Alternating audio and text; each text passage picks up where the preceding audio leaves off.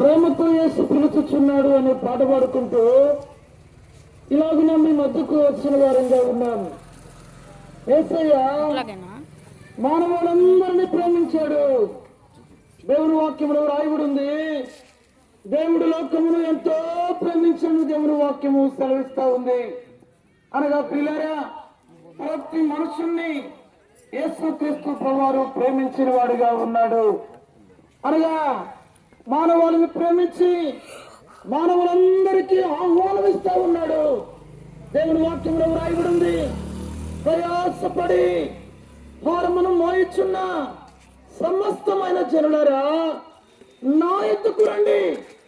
ఏంటంటే ప్రియమైన వారులారా, ఆయన ఎత్తుకొస్తే మానవునికి ఆనందం అనుగ్రహించాలని, సంతోషం అనుగ్రహించాలని, శాంతి అనుగ్రహించాలని, సమాధానం అనుగ్రహించాలని.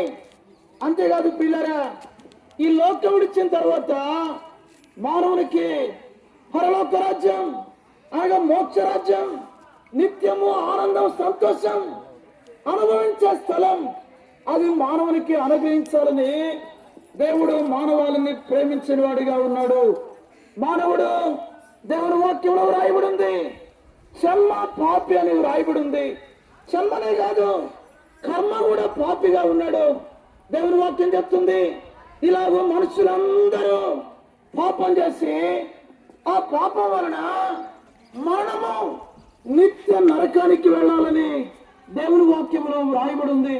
అనగా పిల్లరా, ఆ నిత్య నరకం ఒకనాటిది కాదు, యుగాలు ఉంటుందని దేవుని వాక్యము రాయబడి ఉంది. అనగా పిల్లరా, ఆ దుఃఖం, ఏడ్పు, రోదన, బాధ, కన్నీళ్ళు అనగా పిల్లరా అగ్ని అని చెప్తుంది. అగ్ని ఆరదు, పురుగు చావదు అని దేవుని వాక్యము రాయబడి ఉంది. అనగా పిల్లరా, దీని నుంచి మానవాళ్ళని తప్పించేదాని కొరకే ప్రభువైన యేసుక్రీస్తు వారు అనగా 2025 సంవత్సరాలకు పూర్వం ఈ లోకంలో జన్మించిన వాడిగా ఉన్నాడు.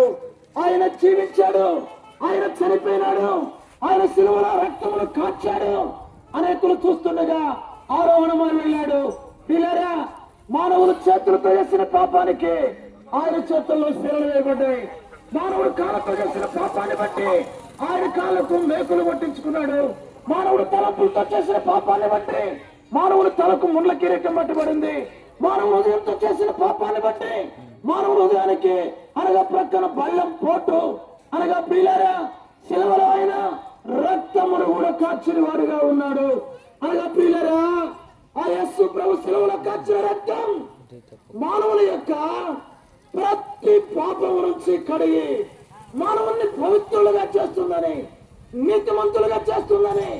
అంతేకాదు పిల్లరా, ఆ నిత్య నరకము నుంచి తప్పించబడతారని, రక్షణ పొందుతారని దేవుని వాక్యము సెలవిస్తా ఉంది.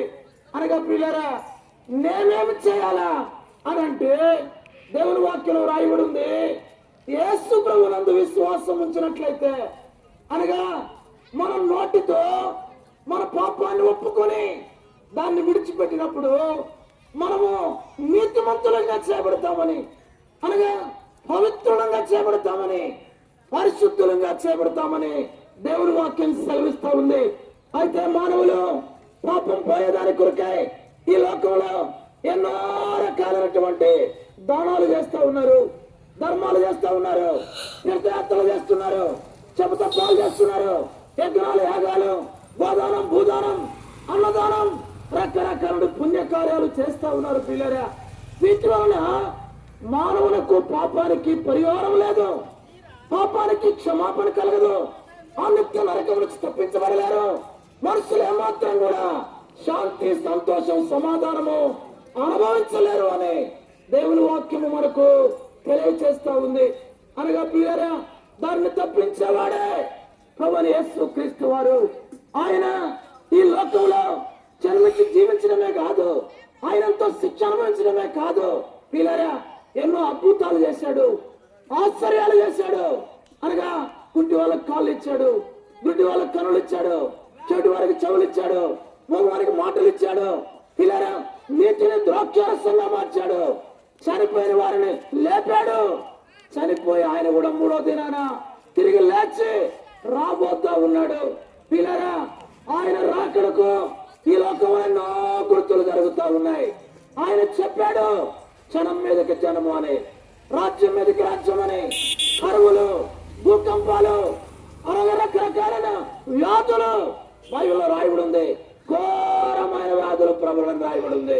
పిల్లరా, ఇవన్నీ ఆయన రాకడ కూడా సూచనలు. ఆయన రాబోతా ఉన్నాడు పిల్లరా. అయితే ఆయనతో ఉండాలా, ఆయనతో సదాకాలం ఉండాలని, ఆ పరలోక భాగ్యాన్ని ప్రతి ఒక్కరు కూడా పొందాలని, ఇలాగున మీకు కూడా యేసు ప్రభువుని గురించి తెలియజేయడానికి ఈ సాయంకాలం ఈ మాటలు మీకు కూడా తెలియజేస్తూ ఉన్నాం. పిల్లరా, యేసు ప్రభువునందు విశ్వాసం ఉంచండి.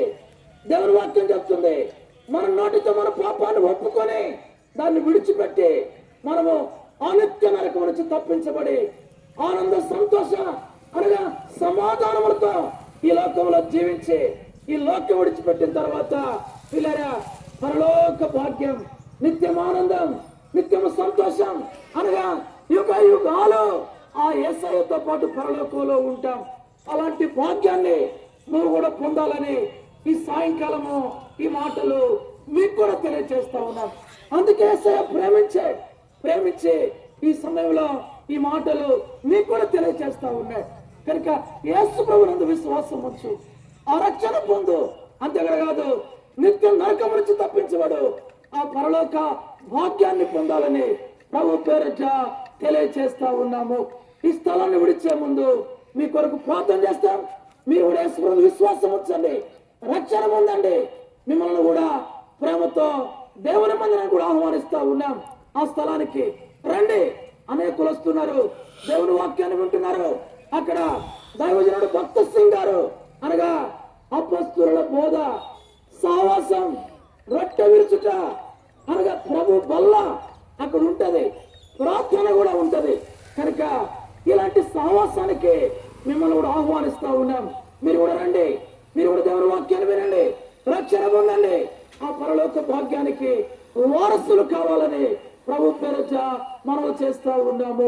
మీ కొరకు ప్రార్థన చేసి వెళతాం.